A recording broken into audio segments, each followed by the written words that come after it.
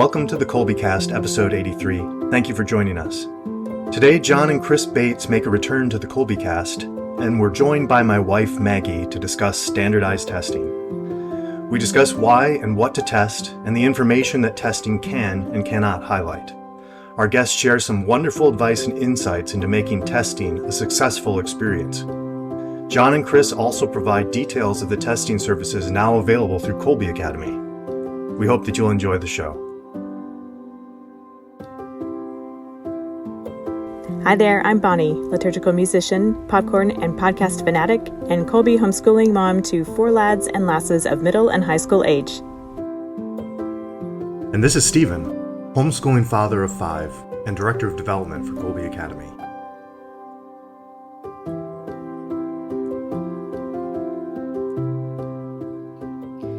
We have some familiar voices back with us today. John and Chris Bates from the Academic Advising Department. Hello, friends. Hi there. Hey, Bonnie. Thank you so much for having us back. Sure, it's great to have you back. Great to see you. John and Chris made their Kolbe Cast debut on episode 31, Veteran Homeschoolers, and then returned for the cast party that was episode 50. Chris also contributed to our Kids in the Kitchen episode that was a part of our Kolbe Cast convention last summer. As always, we'll have links to those episodes in our show notes. Today, we have the great joy of meeting Mrs. Maggie Hayden, wife of Kolbe Cast co-host Stephen Hayden. Welcome to the Kolbe Cast. I'm so glad you're here. Thank you for having me. I'm so excited to be here. I've been looking forward to this. It's great. It's great to meet you, really. Our topic today is standardized testing, something we can probably all recall taking, and perhaps something that looms large over us now as Kolbe parents. State laws vary widely regarding whether students must take standardized tests at all or periodically. And for help with that, we refer you to the Homeschool Legal Defense Association. And yes, we have an episode we'll link to about that. But today, our goal is to canvass the options available to families through Kolbe's enhanced and expanded testing offerings, and also discuss the benefits of testing early in the school years. So there are things that I was not even aware of until we began preparing for this episode, and I'm eager to hear all about it. Let's start though, but let's get to know Maggie a bit better. We've had the joy of working with Stephen here the past several months, and now we get to meet Maggie today. So Maggie, would you tell the audience about yourself and your homeschooling background and whatever else you'd like us to know about you? Sure. Yeah. Well, I've actually homeschooled myself from 7th grade up through 12th when I was, back in the day when it was, nobody did it and it was Right. weird. And, it was kind of exciting. And for me, testing really was just a one-time thing. I one day just, took the test, and I think maybe once, maybe twice, and that was kind of it. It was not as much of a thing then. Yeah. But, after college and when we had our first child, I started thinking about that, of course. You get most concerned when you have your little 5-year-old and nothing else, and you think you have to focus on that. So we've done a lot of, I've had my children. My oldest now is in college. Our oldest is in college, and I have 10th, 8th, and then 5th and 2nd. So Okay. we're in it, and every stage testing has been a normal part of every school year. And then I've worked with literally thousands of students. Yeah. Was it really thousands? Yes, it's thousands since since 1998, teaching students, working with them. Since I worked a lot with high schoolers, I got to kind of see a lot of different things with testing and worked with kids with testing and encouraging them to test. And I've worked with many families over the years, just kind of doing something similar to advising, consulting with moms who are homeschooling and helping them out. Mm-hmm. So that's my background. So I've certainly done a lot with standardized testing and homeschooling. And I know too about the states and requirements and all of that from administrative things, kind of referring people to HSLDA, as you said, and things like that. Yep. Right. We really have a dream team here. John and Chris, it's great to see you guys again. I always enjoy speaking with you, and it's fun. One of my daughters is in Chris's baking club this year. That's been a lot of fun to see, and I like to crash those meetings sometimes just so I can wave at Chris and tell her hello. And then my daughter's like, "Mom," you know how it is. So I have to duck out. And what have you guys been up to? How have you been? Catch us up a little bit. Well, we've been busy with our own crew of homeschoolers here. And like you mentioned, the baking club. And I also run the sewing club, and John with all of his other Kolbe duties. But something we have been working on recently, we have a batch of mid-year testers that are going through their online tests. So that's pretty much what's going to be taking our week up this week. It's kind of exciting being on the other end, the proctoring side of those exams.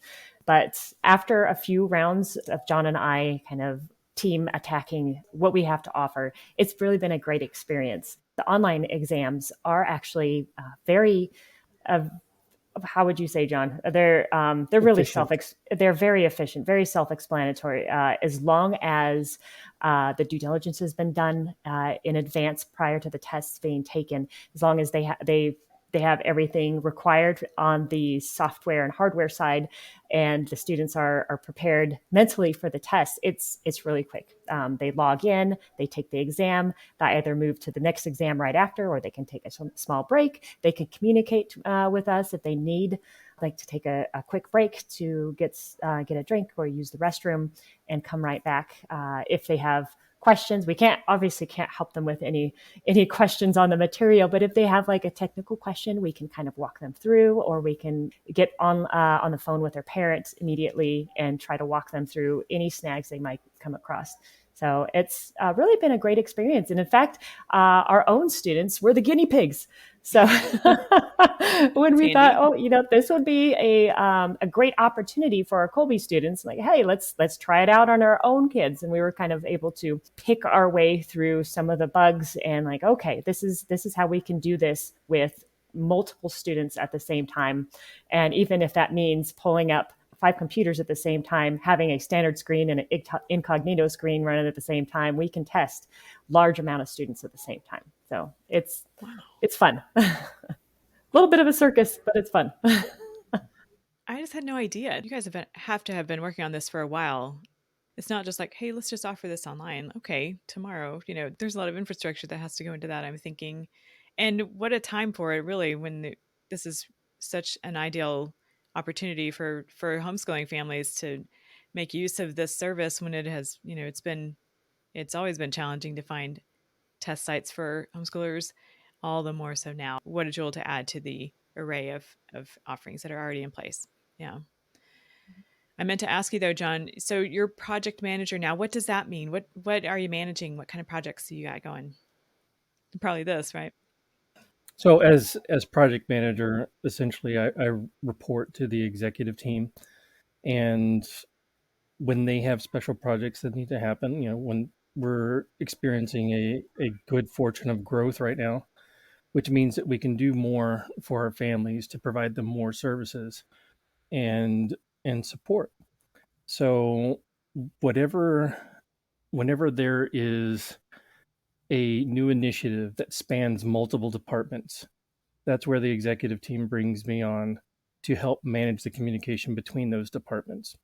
Because, a homeschooling school like Kolbe can get a little insular, just like a homeschooling family could. So they need somebody to help them communicate and to coordinate actions over time.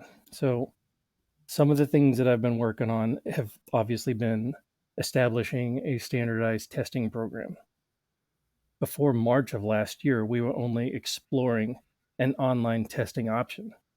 So between Chris and I, we just did some market research, cold called a lot of companies who offered national normed testing services online, and tested a few of them out until we landed on the Iowa standardized assessments. The other side of that is revitalizing our Terra testing program. Through age and turnover, the program had kind of gotten a little stale, and we stopped offering it to our families for this past school year. Now that we've had an uptick in ability and resources, we've reestablished the program, and we're shipping Terra to our families who want to have a paper-based solution. All in with the goal, which was communicated to me from our CEO and our COO, Mary and Chris, we want to offer things to our families, even if we don't make any money off of it. We don't want them to go anywhere else for any service that we could offer to our families. And it's all towards growing that depth of customer support and services to our families, so we become a holistic community where we can find things within each other. That's fantastic. And it fills such a need. That's great. So let's talk about why and what to test. We use this term standardized testing to apply to all kinds of different tests from young to college entrance exams. So let's start with in the school years, the Kolbe years, really. Why and what would we want to be testing? Personally, from a Kolbe parent standpoint, I wanted to see, and for my own benefit, to see how my children were progressing and to say, okay, am I doing the best thing for my own children, making sure they're meeting those marks, and where do they really fall within the grand scheme of things? Also, just hitting those state requirements. I know we were doing our standardized testing even those years I was just a Kolbe homeschool parent. I wanted to make sure that we were providing the state with everything they required. And just mostly for my own personal benefit to make sure, okay, yes, they're hitting those marks. And my kids love those tests. They're like, I get to fill out little bubbles, because we did the paper tests for many years. And they love that. They're like, I have multiple choice. I don't have to write an essay. Woo! So they actually enjoyed those tests. It was like a fun cap to the year. I never made a big deal about it. It was just like, all right, let's have a nice breakfast and knock out some fun little bubble tests. And they did fantastic. And it was a real boost as a parent to see that, yes, this Kolbe curriculum really works. And I am seeing them bloom, and I'm seeing the progress that they're making. And in comparison with national standards, I love seeing them hit those marks and seeing them progress in that sort of way. There's nothing more exciting than getting your results back and see like your grade equivalent scores for a fifth grader be like a 10th or 11th grader. You're like, okay, we must be doing something right in this area. Yes, and seeing our special needs students and making sure that they're at least following grade level. And where they do struggle in those standardized scores, it's one of those, okay, I already know I need to work harder on those areas with my student. And this is just another added proof that, yes, these are definitely areas we are struggling in. And we need to maybe shift gears and focus towards improving that this next year. Right. Maybe show some areas that might not have realized that they might need a little bit more. Yes. And most of them, as a homeschooling parent, knowing that those deficiencies are there. So it's like, I know we're going to struggle here. And now I have the proof. Yes, we are struggling. Let's hit this hard this next year. And hey, there's, no harm, no foul. Let's just keep moving forward. Right. So ultimately there are two main reasons. You care about your child and you want to know where they stand on subjects. And as a homeschooling family, you're the administrator for that homeschool program, and you need to meet those state and local requirements for reporting. So there's two big reasons right there. Yeah. Concern for where your children are, and concern for meeting state requirements. Sure. What do you think, Maggie? You have a lot to offer on this with your own children and all of the students you have served over the years. Yeah, I think a lot of it is exactly what has been said. I mean, those are the big reasons. I guess I'd add to it, because you are concerned about your children, you're also trying to get them comfortable with the situation and preparing them for high school tests that are really going to matter about college entrance, or could. So it's really nice. I've seen it being really a benefit for children who have tested all the way along, because when they get there, it's like, oh, no big deal. I've done this a million times in the past, and I know what to expect. I've seen two different responses in high school from children who have not ever tested. Sometimes it's like, oh, cool, what's this? I don't know. I'm just going to do it. And they either do really well or really badly, and then you have to kind of deal with that. But sometimes it's like, oh, no, a dreaded test. What am I going to do? And they just completely panic. Mm-hmm. I've seen no downside to testing children young and doing it consistently, because if you do that, then it's going to really help with high school and those tests when they really matter. But also, it is really exciting as a parent. You do get that sense. I always tell families, like, you sort of know sometimes when something isn't working or this area is really good, and you need that outside check on things. Mm-hmm. Sometimes, I remember once being completely surprised with a child who I thought couldn't spell, doing really well on the spelling test. Yeah. But that actually fostered a conversation about, okay, so how come you did really well on that, but when I give you a spelling list, half of them are wrong? And the child looked at me, kind of giggled and said, well, you'll correct it. And it's easy when it's just a list and I have to choose the right one. I can see which one is right. So that told me kind of where our direction needed to go with that area, and what we needed to focus on.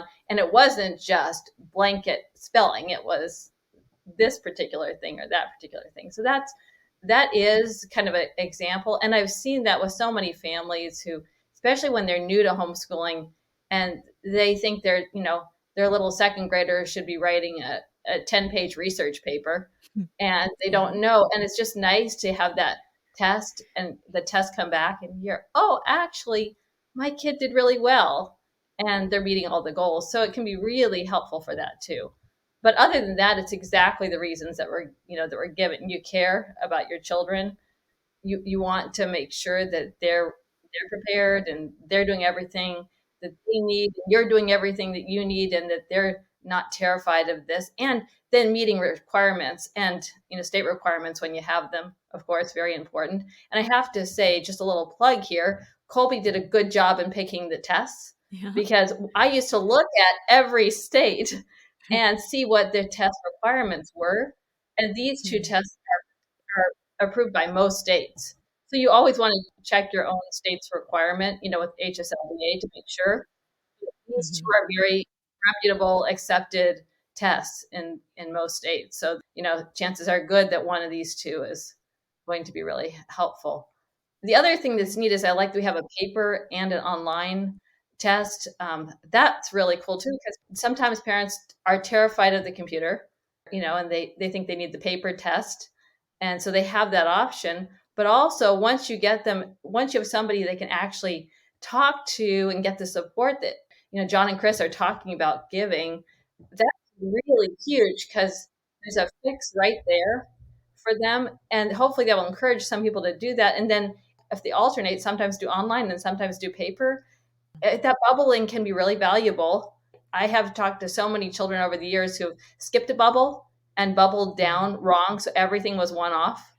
And so even just seeing that, working on techniques of double every 5, that's a huge thing. So, yeah. Like the aspect is learning the language of testing. I've seen that with some of our kids as well, that, of course, like the curriculum that you're using in Kolbe is not based on the tests. It's just to give you a great formation. But I've seen children that just naturally kind of interpret what the questions are asking, and then others that are like, this is different than anything that I've seen before. So even just that ability to say, okay, they're not trying to trick me, or they're not trying to do these things. This is the way I need to read the question and how I need to answer. I think that ends up being very valuable, just to kind of to build that extra skill beyond the formation. Oh yes. Oh yeah. And that over the years, looking at kids taking tests, when I see their test results, that's usually an area where I have to encourage moms sometimes, have your kid take more tests, because your child is really nervous when it gets to a math problem if it doesn't look exactly the way it did in their math book. And that's just a sign you need a lot of exposure, and then you'll be fine. So, sometimes with some people, I've even encouraged testing twice a year, towards the beginning and at the end, like after they have like a month or two in, and then at the end of the year, just so they have a couple times to practice this skill. It can be really important for some people to do a lot. Well, that makes such a difference, knowing what to expect, right? That can really Right. bring down that anxiety level about what's this going to be like, and can I even do this if you just going through it once? Yeah, it's a Right. whole different story after that. Yeah, Right. to have the options and the flexibility to go both routes, that's can only help everybody going forward. That's a good deal. Yeah. Yeah. Now, as a parent that's seen both the traditional homeschool side and the online side, I really appreciate us being able to offer both types of testing, because you have the new crops of students that went straight from traditional brick and mortar schools to straight into online programs, and that's what they know. They're familiar with the online style of learning, and so they're prepared to take those online tests. And then you have students like mine, when they first took the online test, they were like, okay, there are buttons we have to push. I don't know which one we go, which one does what. And so there was a big learning curve, but the test, it was very, very simple for them to learn. It's, just point and click. And even for my last year's kindergartner, it was very easy to jump in and kind of figure it out. But to also have those paper tests, because I know my students, even though they thought that the online test was exciting and new, they still enjoy the paper tests a lot more. There's something gratifying about filling in those bubbles that they enjoy. Yeah. And I really like Maggie's idea of kind of going back and forth and having that exposure to multiple types of tests. So if they have those college entrance exams and things like that, they want to have that type of exposure and being prepared for whatever might come at them. One of the additional benefits I like about having the online testing option is Kolbe Academy it's a global school. We have students worldwide, and where it becomes difficult to mail things off by parcel to like South America, I can still, through the beauty of the internet, I can still administer a test to these students, whether or not it applies in their state and local government, or if it's just for the benefit of seeing where their student is at with Kolbe Studies. I could administer this worldwide with very few restrictions. Yeah, that's another good point. Yeah, try shipping some of those things to other countries. It's impossible. It's wonderful news to me to hear about these many expanded offerings that Kolbe has. Let's hear more about the Iowa test and the Terra Nova test. Are there others as well that you offer? So our online option is our Iowa assessments, our Form E assessments, and that we can administer from kindergarten all the way up through 12th grade Wow. with an Iowa online assessment. Although what I would recommend is as you get to 10th, 11th, 12th, you might want to start looking at PSATs and SATs instead, or the CLT. Okay. But we have the ability to administer online from kindergarten all the way up to 12th grade with Iowa. The Iowa test, it really consists of reading, written expression, math, science, vocabulary, and spelling. And there may be one or two additional pieces in there, like a word analysis. And depending on what grade, there's also punctuation, capitalization, spelling, and then there's an additional math portion, the computation. So there's math. There's normally two portions to the math test, and then at the end they give you an extra. Oh, here's your extra math test. It's just regular calculations. Okay. So it covers those fundamentals really well. Conversely, our paper-based option, our Terra Nova 2, or our CAT 6, our California Achievement Test 6, you need to know both of those depending on what state you're looking at and who accepts which nomenclature on it. But our Terra Nova 2 goes through reading, math, science, social studies, vocabulary, spelling, and mathematical computation as well. The difference between that is obviously Kolbe doesn't have a focused social studies program, but these are the common things that you pick up with our history programs as part of that classical learning. So you'll still get those fundamentals about who was George Washington, Abraham Lincoln, how does the United States government structured. You still get those social studies things. I've had some parents say, hey, we don't you don't have a class for this. How can I prepare my student for it? You pick it up. There are some other supplements, beauty of being a homeschooling family. You can supplement with any subject you want to. You can even throw some Japanese in there. So those are our two options. So the Iowa is online only. Terra Nova is paper only. Paper-based, yes. Okay. So our Iowa assessments are administered in 2 or 3 day sessions. Our kindergarten through 5th grades will do over 3 days because during our pilot testing, we found that some of our younger students just don't have the bandwidth to sit there for 2.5 straight hours or more. Yeah. So we split it up into 3 days.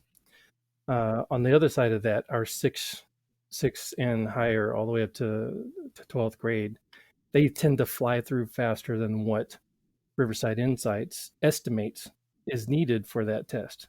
So they'll burn through that reading faster than what's allotted for it. So we break that up into 2 days. So you have your 3 day or your 2 day option. For Terra Nova 2, the times that you have, it's about a 2.5 to 5 hour test cumulatively. But the way that we offer it to you as a service is you have this on a rental period for 21 days. So you could administer one portion of the test at a time. You could do it all in one sitting. It's really up to you, the parent, as the in-person proctor, on how long you want your student to be sitting there and taking that paper-based test. That sounds good, especially if you're just getting started with it, or if you have a child with a lot of anxiety about it, or any number of reasons why you might want to kind of go slow and steady on it. Yeah. Yep. Or as Maggie was saying earlier, when she spoke to the part where if you need to have a student that has maybe some special needs or may need the parent to intervene and read some of the questions or assist in some way. Yeah. Yeah, I've actually even had students where just knowing a particular section was going to be really scary for them. You can actually, as a parent, if they're young enough, hide that section. So if you don't want them to do a particular section because you know with this child with their learning needs, it's going to be bad. And it's a first experience, especially. You want it to be fun and positive. The paper test, there's nothing, you don't have to click through something, or it's easier to control that. So if you had a child who was nervous or had very specific areas you tried to avoid, the paper test is always better for them to give them that first experience. Because if it's on a computer and it says choose an answer, they think I have to choose an answer. The computer is telling me. Nobody argues with the computer. So that can be stressful for those sorts of students.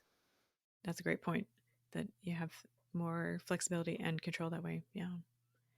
Chris and I actually, with one of our online tests, we had a student, the family just wanted the math portion of the Iowa test. The student wound up doing the whole thing anyway because he paid for it and it was there. Mm-hmm. But that's one of those flexible options to our families. You just have to be aware that when you do a single subject just for an assessment, you'll get the raw score, but you won't get the national norm equivalents across a grouping, like reading, written expression. They're all compressed into a language proficiency score, but they all get averaged because they're all related subject areas. Okay. Yeah, like you don't get like a core composite and a basic, like you don't get the whole, if you don't take one of the language sections, you're not gonna get the whole language score, subtotal, and then you won't get the core. Yeah. Okay. So the support from Kolbe during and after the test, I know that probably looks different for the online administration and also if you rent the paper tests. We provide a very robust and responsive support and services to anybody who is signed up and for taking our tests. If you're doing our online Iowa assessment, the support and services you'll get the communication in advance of what you need to have technologically. So you enter the test ready to start taking it. You'll get all the codes, you'll get the schedule, and then you have your actual in-person proctor who is providing live responsive support to anything, like as Chris mentioned earlier. Okay. If there's a technical problem, she'll help troubleshoot. There are even times where we'll create a new test session and start it fresh for a student. Because the problem can't be troubleshot completely, we'll just give it a fresh start. Or as Maggie said, if there is a difficult moment where the student panics, because that's happened before. We've had students, it's especially the younger ones, when they're not accustomed to that online format, they might panic, and we can say, you know what, let's do this one later, or start tomorrow. I'm going to reset this test, and and we'll get the parent on the phone and say, hey, I think so and so is having a tough time. Let's try this another time, or let's, maybe they need a snack. Let's stop and adjust this a little way. So we still have flexibility within that online portion too. And seeing them live on screen, you have a feeling, you can gauge how they're doing, if they're frustrated or if something is going wrong and we need to reset. So you can see them while they're taking their tests. Yes. And hear them, especially. Yeah. And we love it when they sing. It's so many students, they sing while they take that test. Da da da a da da da. This number is 12. Like, it's so awesome to watch. That would be. So we have that live in-person support for our online test, and then afterwards, once the testing, 3 or the 2 days worth of testing are complete, we can get the results to them very quickly. So that's a little tip for any parent who might be under the gun to get something to their state or local government quickly. The Iowa test is the fastest. Now, when it comes to our Terra Nova test, the support we have is basically email communication to help clarify questions or help with some administration tips. Our testing at kolbe.org is our primary way of getting in touch with us. Naturally, you can also call Kolbe and ask for testing services, and they'll patch you through. With Terra Nova, you will be sent the student booklets that you've signed up to take. You'll be sent a proctor's testing booklet, or the teacher's booklet that instructs you how to proceed through that test. You'll get a how-to letter. You'll get some supplementary materials like a paper ruler, and you'll get the answer sheet. And a benefit that Kolbe offers is we put a paid return envelope in that shipment. So when you're done, you just slap it together and send it back without having to run to the post office and wait in line. It's big. It's huge, and I think it helps. Like I said earlier, we don't care if we're taking a loss on this. We want that service to be available to our families because it's important to them, so it's important to us. Once you receive that package and you read through the instructions and you have any questions, you just send me an email at testing@kolbe.org, and I'll try to answer it to the best of my ability. If you have questions on how long you have to administer, when's your return date, anything, I'll get it to you. On the return side, once we receive it, it gets scanned, and I run it through our system, our grading system. It takes a little bit longer to do that because it's there's more of an analog pieces to the process. Yeah. But still, we strive for 24 to 48 hours to receive your results. It comes to you digitally unless you ask for it specifically to be mailed to you. Okay. With both of those tests, we provide an explanation of what you're going to see on the results paper, the results form. And if you need any explanation if you can't discern exactly what something means, you can always contact us and we can walk you through it. What does NPR mean, national percentage, or what does grade equivalent mean? Does that mean my 5th grader can go into 10th grade because he has a 10 here? Not exactly, but we're standing by to advise families who have those questions. Okay. And before I forget, we did at one point with the online test, we tested a family separately this summer, and we had some significant technical difficulties. We have been working on getting some protocols set in place that if for some reason we're having either there's some internet connection problems or maybe some software difficulties, we have a secondary response for that where the student can take the test and we can still proctor via Zoom. So we are working through those protocols where we've seen enough difficulty so far. We have like, okay, well, this doesn't work. Let's try option number 2, option number 3. So we have done enough runs of the test where we've found some interesting workarounds. So people that are a little intimidated by that online process, we have hit some roadblocks ourselves and found some workarounds that are actually ended up being fairly successful. Mm-hmm.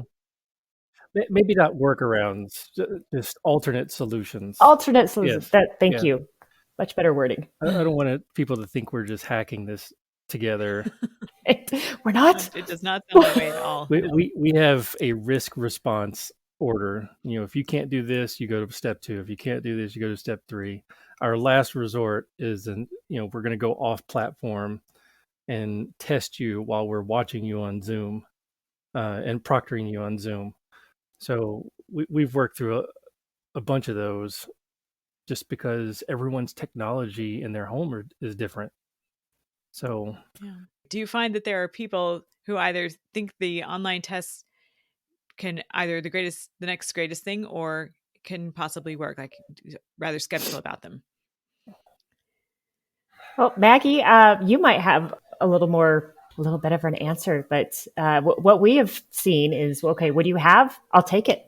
Whether it's online or paper test, I think a lot of students these days in our culture are fairly tech savvy and can handle that computer-based test. But like I said before, my students almost prefer that handwritten paper test.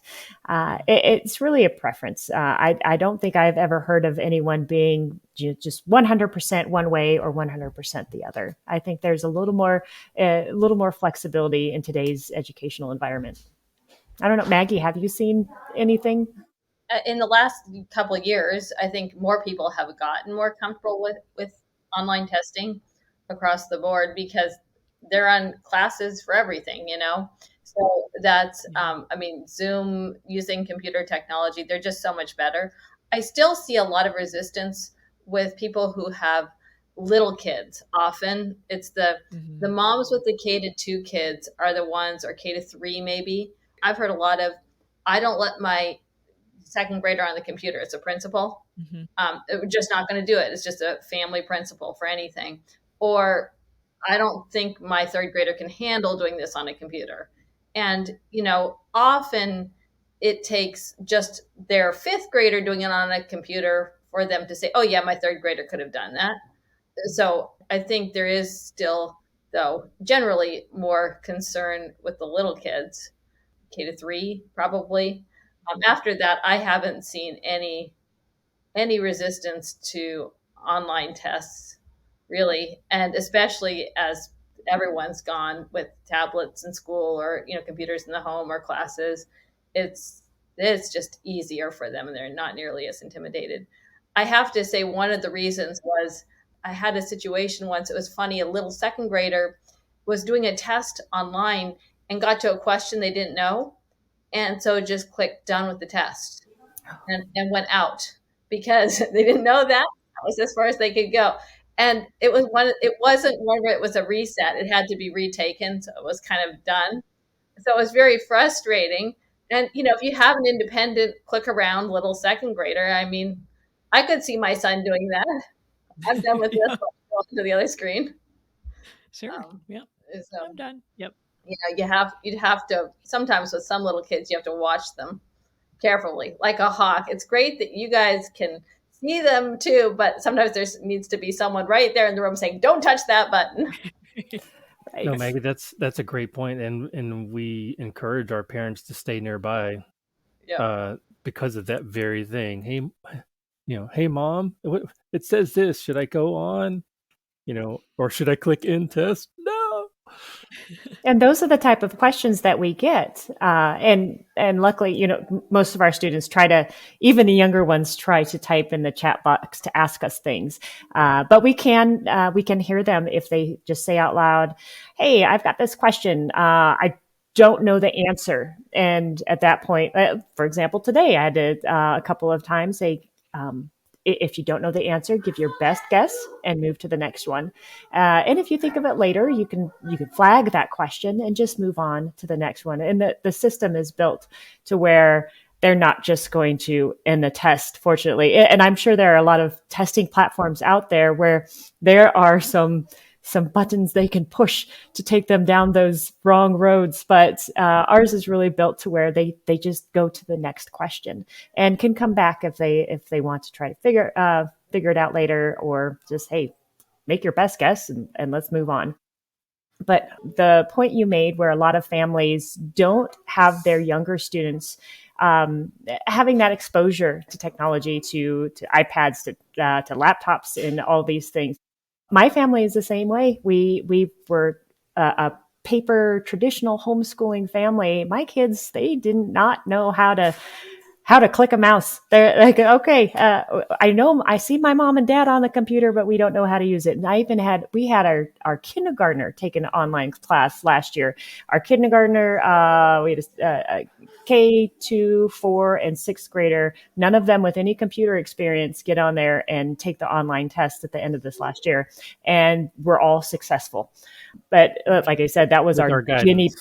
Yes, with our guidance. And obviously we're not helping them through their questions, but it's like, okay, this is how you use your mouse. This is, step what, ABC. This is how you select the right answer. And it was successful. So I can see the intimidation, or a parent not being comfortable with having their student jump onto those online platforms, but it really is very user friendly. Yeah, and it sounds like it, especially the way you guys have set this up. Just having somebody there to talk to on the other end is really helpful for them. Right. And it's a team effort, because we keep our phone lines open, and a lot of the parents, if there are any sort of technical difficulties, we're on the phone back and forth until we can resolve whatever issues. Yeah, that's great. That's really good. Yeah, and I do think it is just a matter of trying it out. It's this scary thing that they just have heard stories from somebody from 10 years ago, and they just don't want to try it. But if they do, it's really not nearly that intimidating once you do it. Right. Sure.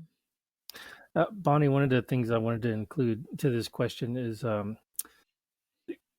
what we have, what our past tells us with Kolbe is that our co-ops and affiliated schools like to use paper test because they can do it in bulk. Okay. And we offer discounts in bulk as well. So if there are any co-ops out there listening, we have a huge stock of Terra Nova that we could send you whenever they're ready for their testing season as well. Okay, that's good to know. I'm making a note to hear more about the co-op sometime, and that's not part of this conversation, but that would be interesting to hear. So it's not, I was going to ask you later, is it too late to sign up for testing this year? Oh, not at all. Okay. Kolbe Academy is, homeschoolers are our jam. That's our people. Mm-hmm. And the great thing about homeschoolers is you pick when your school year starts and when it ends, and at what points you feel that you need to test your students, if at all. So if you're starting on 1 January, your new school year, and you're ready to test right when everybody else is off on the summer, or your school year is your school year. Okay. You schedule it how you want to, and we offer it year round. Good deal. Okay, so you've already made mention of some of the things that you can draw from the test results that families receive afterward. Anything else, though, that might not have come up yet, what we can draw from these test results? With standardized tests, both Iowa and Terra Nova are nationally normed tests, which means that each of these tests have a control group that your students' results are being compared against. If when you get your results back and you see something that is below the 50th percentile, which means your student did better than 50% of the control group's students. Whenever you see low scores at all, then you know that that's a place where you need to either reinforce with additional at-home instruction, or maybe during that test you realize that the student was just clicking through the answers, or maybe it was the end of the day and they were hungry and they just wanted to get to lunch as fast as possible. So there could be any number of reasons, but if you, as the parent, are there and involved and recognize what's going on, you can interpret their scores based on how they performed during the test, or just taking the results for what they are and reinforcing them after the fact. And I had just a couple thoughts there too. Two things kind of come to mind. One is I've had just situations where it is really good for the parent to be involved, just kind of building off that last thing that you were saying there, John. It's really interesting because I had a student once who had this test where they took it, and it was just, I saw the child actually bubbling. It was a paper test, happily bubbling away, like not enough time to read them. And stop the child. This is like third grader. What are you reading it? Are you following directions? Well, you said give my best effort, and this is my best effort. Oh. And that was an interesting thing because, you're realizing, like, sometimes if you don't make enough of a big deal about it, it's like, okay, well, this is just kind of fun, but I just want to be done. So I have to bubble these, and that's what I'm doing. And it was really a beautiful pattern being made in the little bubble, but not what they're supposed to do. So it was really helpful to be there in the room, because otherwise I would have absolutely panicked seeing results from that. Yeah. So especially if you have a child who's very laid back with the testing, and you're trying to keep it like a laid back atmosphere, and you sometimes realize you maybe went too far that way, and it's really no big deal. So it's really important to have somebody actually watching those little kids, and especially the little ones, till they get that habit down and making sure they're actually doing it the way they should. The other thing is that sometimes parents are afraid because they think, I'm sending this test. We're homeschoolers. We do this on our own, right? And I'm sending this test to somebody else is going to see my kid's score.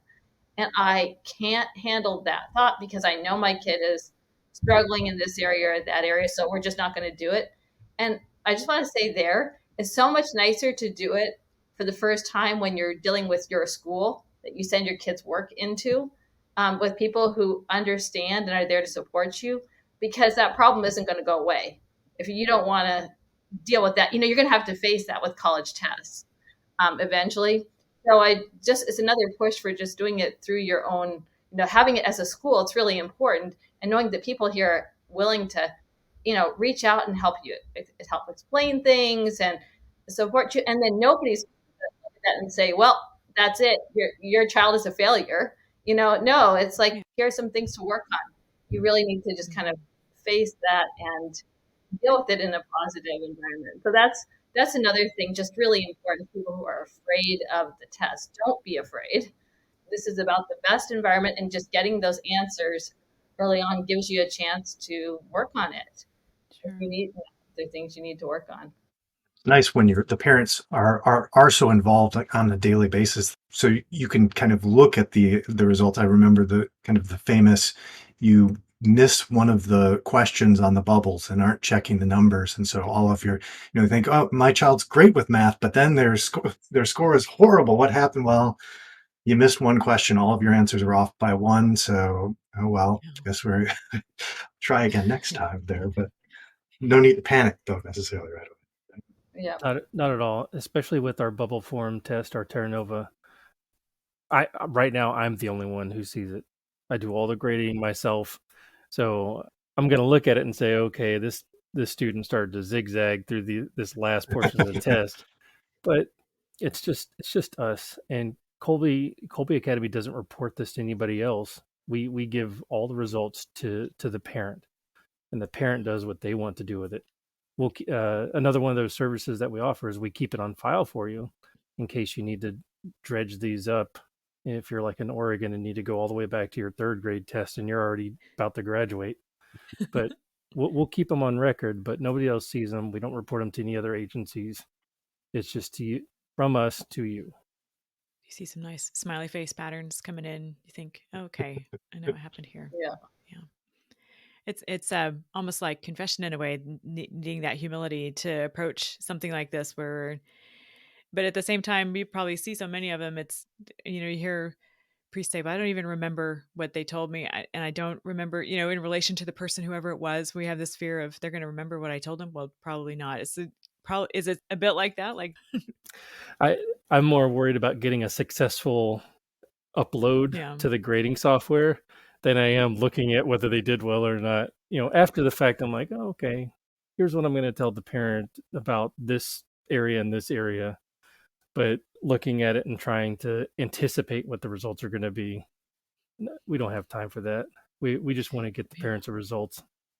Right. yeah, And I think that was really important to say that too. Just in some states, like I remember once working with a family in Pennsylvania who had to report a score, and they took the test locally at some school, and it was reported, and it was very low, and so they immediately had visits in their district with the superintendent. It was very scary, and then that got out through the whole homeschool community in the area, that this had happened, and then people were afraid. So immediately I started getting questions from people about, well, if I'm tested, who's going to see it? yeah. Like they want to have that control. And that doesn't happen. That was because of where they took it and a particular hostile school superintendent, which can happen. Yep. And that was back in the day. But those stories get passed on. With a story like that, Maggie, what I would tell that parent is just, if you're concerned about a low score, just give us a call. Yeah. Contact us at testing@kolbe.org, and maybe it was a fluke. Right. Maybe we can just retest with a different form or at a different level. Yeah. Just, we're here to help. Yeah. See how that can kind of take on a legacy where people pass that story and really find something to fear from there. Yeah.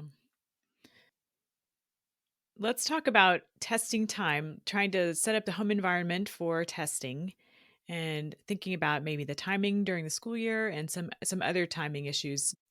When you register to take either of our tests, whether it's online or paper-based, the desired time that you put down on paper, if I want to take it on this date, that's going to fall within a norm testing window. So if it's sometime during the spring, what is going to happen is those spring test results are going to be compared against the spring norm group, the control group. Okay. Because these people who come up with these standardized testing and assessment metrics realize that at different times in the year, students do better in some subjects than others. Maybe as we're winding down for Christmas, the scores take a dip because they're excited to get out on Christmas break. There's any number of models that could follow. So with Iowa and Terra Nova, they're broken up into trimesters, kind of. There's a spring, there's a fall, and then there's a mid-year norm groups. But what I would encourage our families to think about is, again, this is Kolbe Academy. We're a homeschooling family. Your schedule is your schedule. So I wouldn't worry about what you're being compared to. I'd worry more about the type of test you need to complete and the results of that test.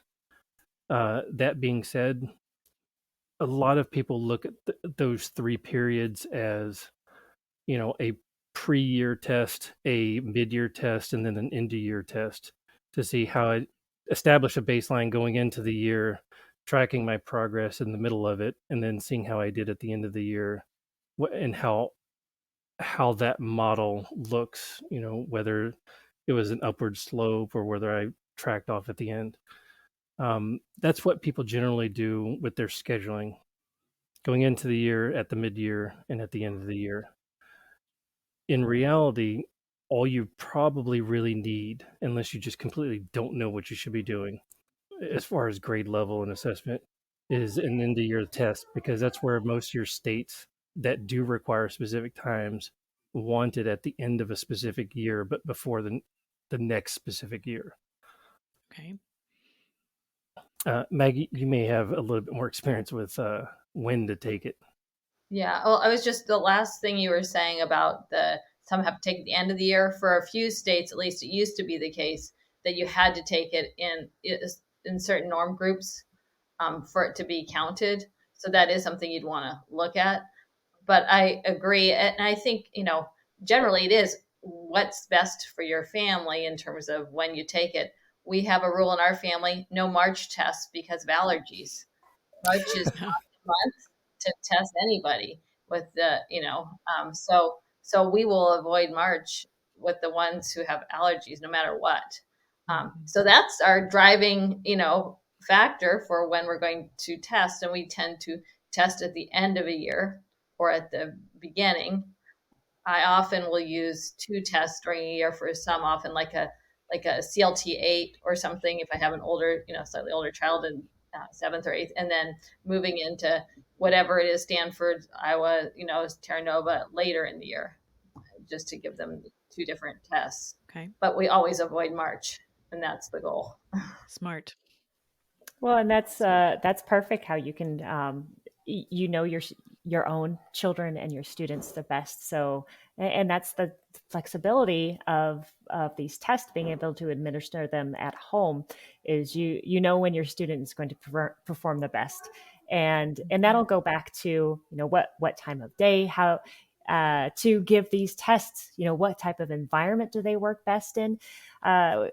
I've talked to a couple families that their student works best in the afternoon, which all my kids, it's 6 a.m. in the morning. I've got one of them. She does her best work first thing in the morning. Our youngest, she is our early riser, and you can forget about doing anything with her after 10 a.m.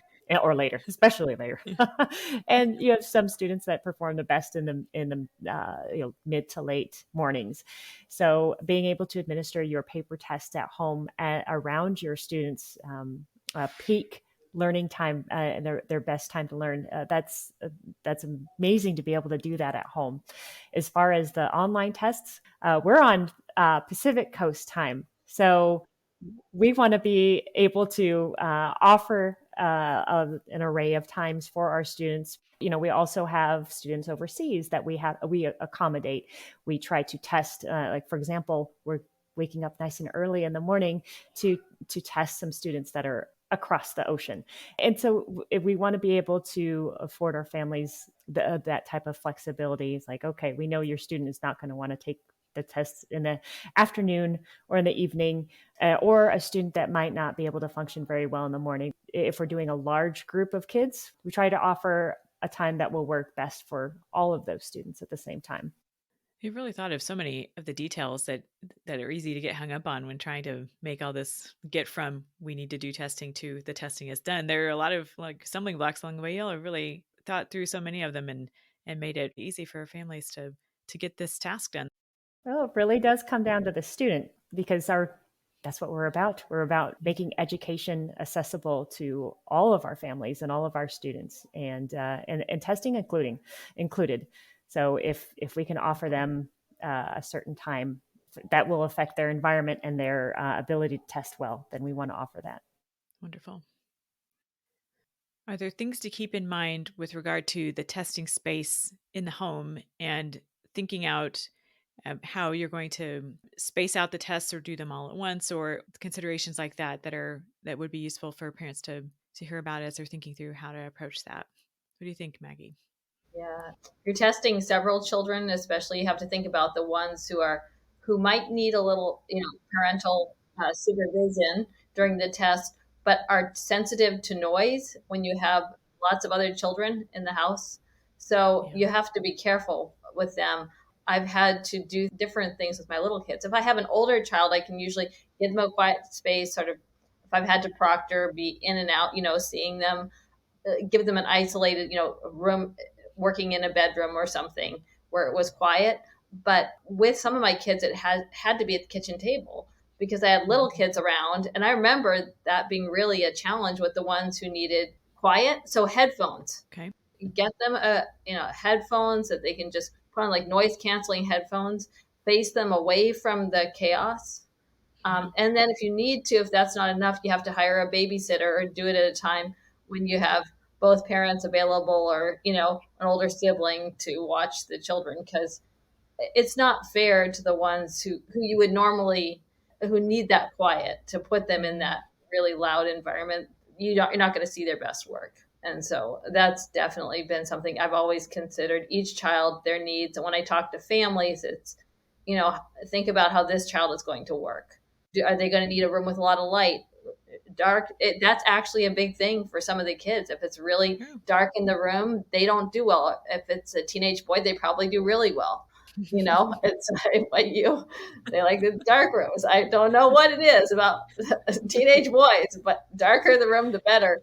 So you find those little things that are going to help make it a good site. You make sure they're eating well beforehand, and that you've thought about what this particular person's needs are for a testing environment. Okay. And being flexible around illness too, because I've at one point I had one of my own children tried to take standardized tests when she had to touch the flu. This was many years back. And it's like, oh, well, we're going to need an extra couple of rest days before giving you this test, because that's a recipe for testing score disaster right there. So making sure they're comfortable, and all of those points that Maggie made are fantastic. Mm-hmm. So every student needs a different environment, so they'll perform at their peak. And the same goes for the online testing too. They need that quiet environment, especially for the younger grades. I know especially the K and first have a lot of audio, a lot of questions that are being read to them. So they need a room free of distraction, free of noise, so they can listen and focus in on the things they are hearing, and they can answer those questions appropriately. Yeah, I think that's actually K through 2, that it's audio led. You get this instruction that preempts the series of questions that you have to answer. You're now going to be testing on this. Mm-hmm. Or what word rhymes with ball? And they'll give a list of words. So if they are current Kolbe online students in the online elementary school or the middle and high school, and would their typical online class setup, would that work for the testing setup, or that's just probably something for everyone to evaluate in their homes, right, with the way that works? Absolutely. We do have some families that try to have their student test without a set of headphones, for example. And that's one of the requirements that we send out. We preempt the test with, like, you should have a good set of headphones with a microphone. So A, you can hear any audio instructions, and B, we can hear the things you're saying. If you're asking someone on the sly, hey, what is 9 times 12? And we don't expect our students to do anything like that. We just want to be able to hear them if they have questions, and having the headphones also leads to that noise cancellation. But some of the students, if they're not used to it, it might be a distraction. But just finding a nice set of headphones is a good idea for them. I think what's funny is there's some of the things that we've seen with, try to keep your little siblings out of the testing space, and the animals and the dogs, or if you're a parents. Or parents. Well, if a parent takes a phone call. On the phone, I remember that. Yes, the entire test. And it would be distracting for the tester. Just having that quiet space is huge. Yeah. What we are willing to put up with, though, quite a bit, because we can hear everything, is drinking, slurping, crunching on some celery and carrots, some open mouth chewing. We'll put up with it all. Just know that it's going to be hard to hear you if you have any questions. Okay, great points. Lots of good stuff to keep in mind. And it's all very practical too, and doable. And probably people have thought through a lot of these things with setting up their spaces for homeschool or online school, but I think it's worth going over it again for this type of thing, since it's unusual. Maggie, you had a great suggestion as we were preparing this episode to include in this conversation, and that is the considerations for students with special education learning needs. So, talk to us a bit about that when it comes to standardized testing for students with such needs, what we need to be thinking about, and what you would have to say about that. Yeah. So first of all, there's a real temptation I've seen with parents who have children with learning needs to say, "Oh, I'm just not going to test them because it's going to be stressful." So remember that it isn't, because you can do just sections. So earlier you guys had mentioned that there was the family where it just was the math section that they had requested, and that can be done. So first, don't throw out the whole test because there are certain sections that you can't do at this time. And that's often the case with a child with a learning disability. Often there's some areas that they're at grade level and some areas that they're not at grade level. So you could take a test a grade level lower, but sometimes you want to kind of see where they are based on other kids, their level. So there's always a balance there, but maybe try both. Try something a couple levels below to just see how they're doing there. Like 2 grade levels below would be a good place to start. And then don't be afraid to take a test at their level, but leave out the sections that you just know are not going to work, because why put the child through that frustration? That's not going to help anybody, but you still want the benefits of testing. Mm-hmm. The other thing is, don't be afraid with like a paper test to document your accommodations that you've had to give to that child. For example, if a test is meant to be timed, but your child can't do it timed, and you do it untimed, document that, because when your student reaches 10th grade or 11th grade, you can actually go in and have the child tested with the battery of tests with somebody who's licensed to do it. It can even be some optometrists, ophthalmologists can actually do some of that paperwork for you. It doesn't have to be through the school district, though it can. And most school districts are legally required to do the testing. But when you get the test and you have a report saying what learning disabilities you have, the person testing will ask the parents in a homeschooling family what accommodations that child has gotten over the years. And you need to be prepared to speak to those things. My child has always gotten extra time on tests. I've always let my child use a calculator, whatever it is, because then they can put those recommendations into their report, which then you can turn around and send to, for example, the ACT or the SAT. And that will get you extended time on testing, or a reader, or large print, or whatever it is that you might need among the options they offer. And so that's a huge thing. So if you have a child where you think college is a possibility, but testing is never going to be, they're never going to be able to do it the way it's set up for the ACT or the SAT, you can actually make those accommodations early so that they have that record. And then you get that report. It always has to be in the last couple of years of high school. You can't get a report earlier and use it. You can get it earlier, but you can't use it. It has to be something that's done in those last couple of years, but you give all the accommodations and you get the extra time on the tests. And that's wonderful too, because that's not reported to colleges, as a matter of fact. Okay, wow. The test result looks normal. It looks like everyone else's. They do not say this child got extra time.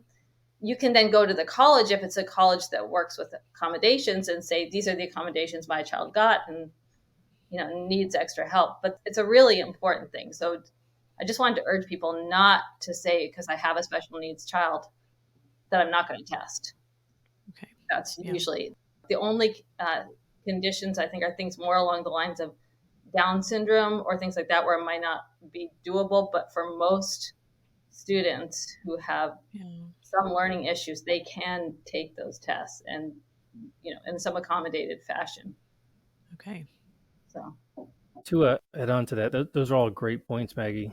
Mm-hmm. If there are any special needs testers, currently on our forms, there's no place to write, hey, I used extended time or I read questions. That can be communicated to us through email as well. And I can go in behind the system and make those notes so it will appear on the report. With the Iowa test, I believe I can do the same thing. So just whatever accommodations were used, we can add that to the test results to start that record of history. Paper trail. And that's so huge. That would be wonderful. It's such a wonderful advantage for kids to have that. Okay. Are there things that have come to mind as we've been talking that you want to add to this? Kolbe Academy does not offer any test prep. At this time, there just haven't been a demand for it, but also this should be a measure of where your student stands at the time of testing. Okay. And in a way, test prep is going to fudge the results a little bit. On an average day, on the student's given grade level, given the same amount of time, how do they do? That's the best way to set your baseline, in my opinion. But there are test prep materials that are out there, and you could find on the web, but we just don't offer them. We are looking into other types of tests, like the cognitive aptitude test, just something that tests how your student likes to take tests, something you can't study for at all anyway. It doesn't measure your tacit knowledge. It measures how you take tests. We're looking into something like that in the future, but it's just not there for us yet. If you want to sign up for a test, the place to start is at kolbe.org.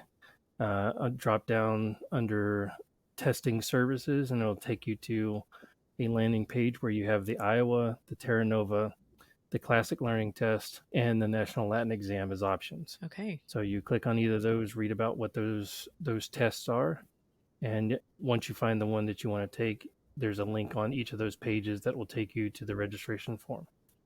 Great. That was going to be my question. How do we avail ourselves of these Kolbe testing services? And you beat me to it. So thank you. That's great. Okay. Maggie, it's been lovely meeting you and conversing with you. I hope this is the first of many conversations. John and Chris, it's always great to see you guys. Thanks so much for coming back to talk to us. Stephen, thank you so much for your help with this as well and getting this conversation going. You're instrumental in making this episode happen. So thank you for that. Thank you all very much. It's really been a pleasure. All right. Thanks, Bonnie. Thank you so much for having us. Maggie, it was so nice to meet you. It's nice to meet you too. Thank you. Thank you, Bonnie. Thanks, everyone. Oh, sure. Thank you.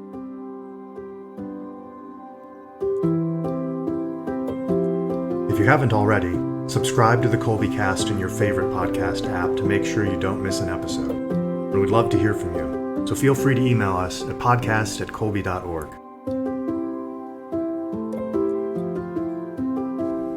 Mary our Mother, pray for us. St. Maximilian Kolbe, pray for us. Ad Maiorem Dei Gloriam.